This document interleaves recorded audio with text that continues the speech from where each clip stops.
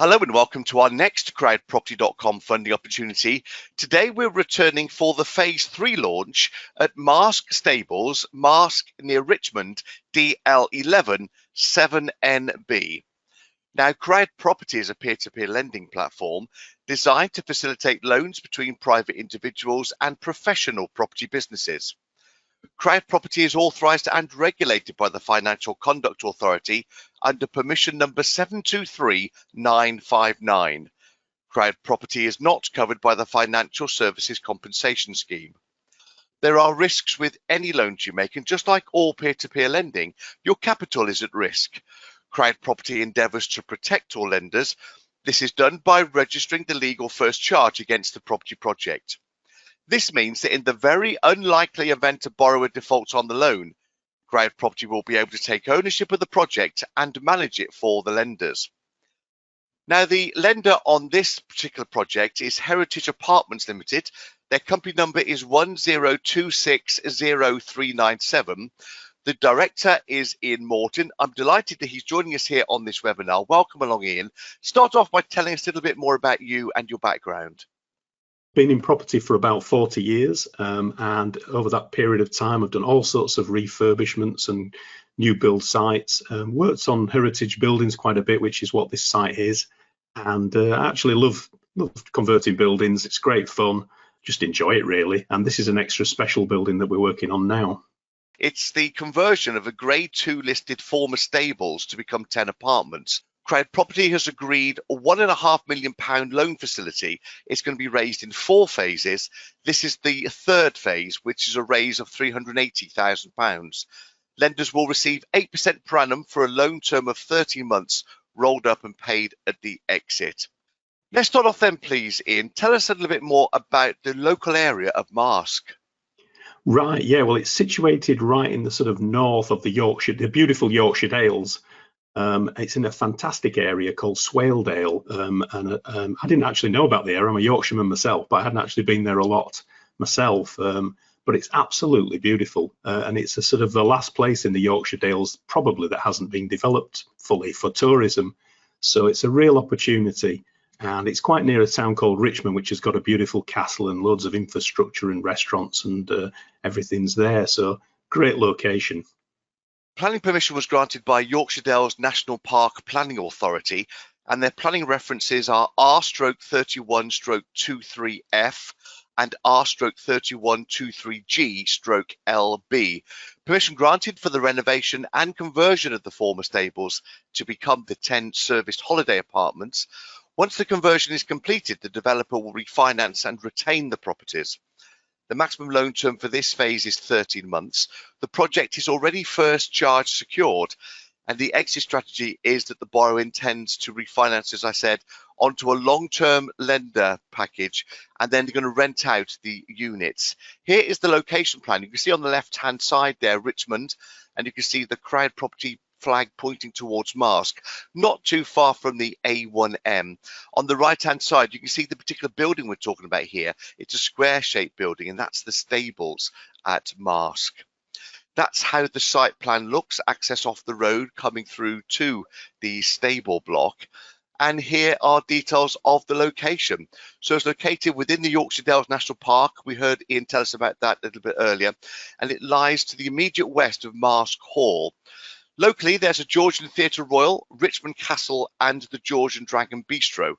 Now, this has got a lot of character as well, because these stables have got a particular history. Tell us about that, Ian.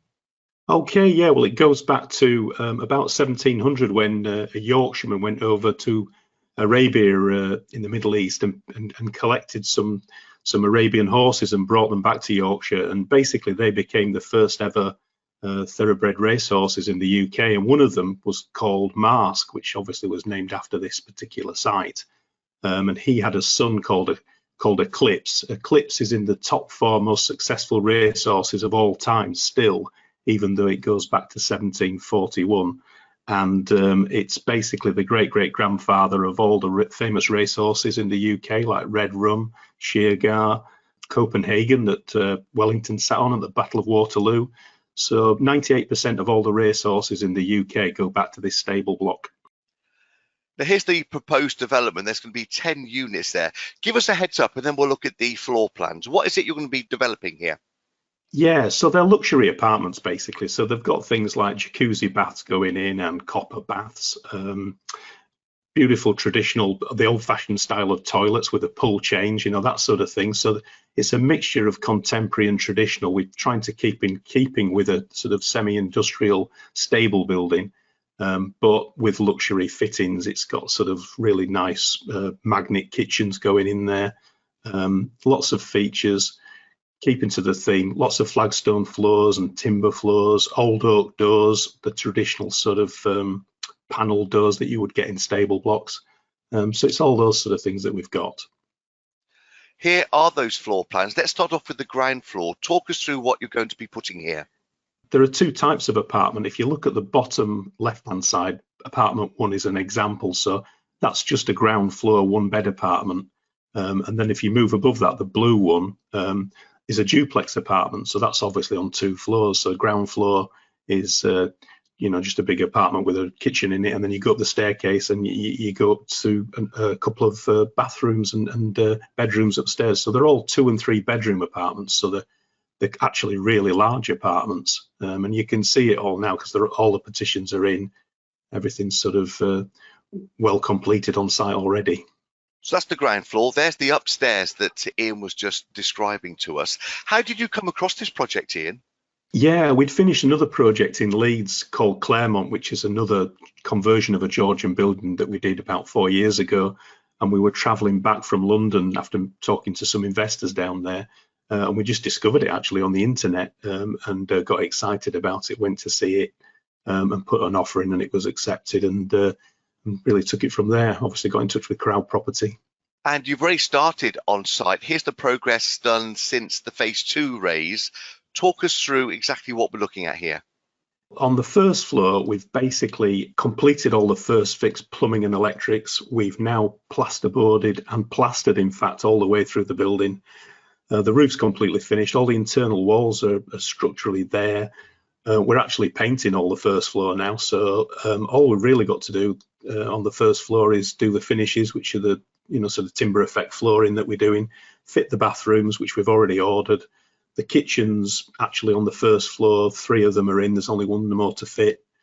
So a lot of the first floor is completely finished. Ground floor is really what we need some more money for, because that we've got all the floor structure done, we've got all the repairs and completed. We've even got the partitions in now, so we're doing the first fix wiring down there, first fix electrics, and then we're just about to start plasterboarding once that's completed. And you're looking for these to be serviced accommodation.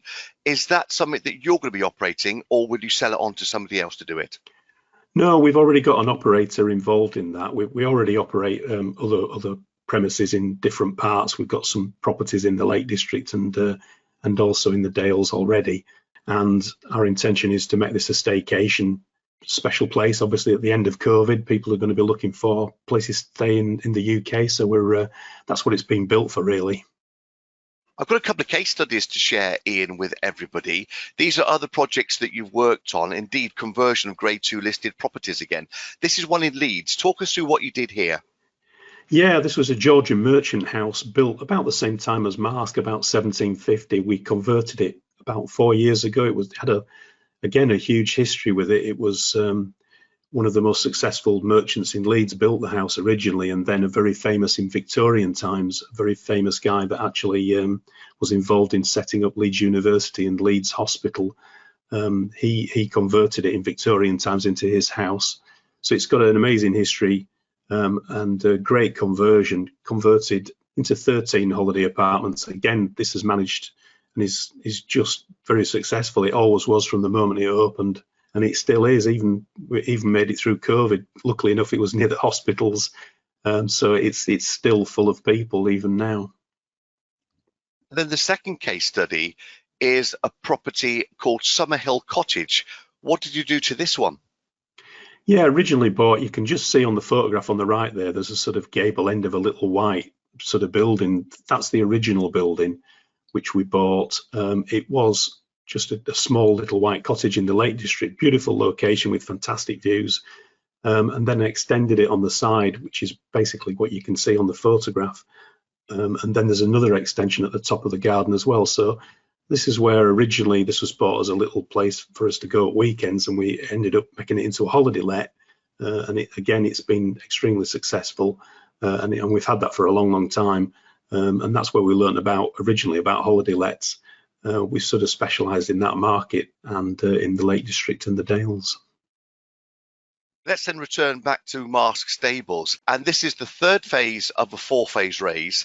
Phase 3 is for £380,000 as part of the total facility of £1.5 million. RICS verified the market value at the start of phase 1 to be £434,990. They also verified the GDV to be £2,508,652. The estimated conversion cost is £1,511,000. First phase was £380,000. Initial drawdown was £80,000. Therefore, the initial loan to value was 18.4%. The loan to GDV, excluding the interest, is 59.8%. And when you add in the interest, it becomes 67%. The maximum loan period was 18 months at the start of this project. Therefore, there's about 30 months left for this phase.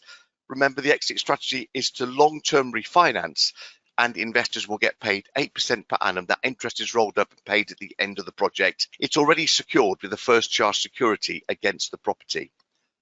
So your next steps are to make sure that you understand the loan, carry out your own due diligence on the project, and then decide how much you would like to lend. CrowdProperty.com is the place to be to pledge on launch. The necessary anti-money laundering checks will be carried out, and then you'll be invited to send your funds to your own online e-wallet, and you'll start earning interest on completion of the loan agreement. So this is phase 3 for £380,000, paying 8% per annum interest, and this is at Marske Stables, Marske near Richmond, DL11 7NB. Thank you for watching this CrowdProperty.com webinar. We look forward to joining us again for more funding opportunities back here at CrowdProperty.com.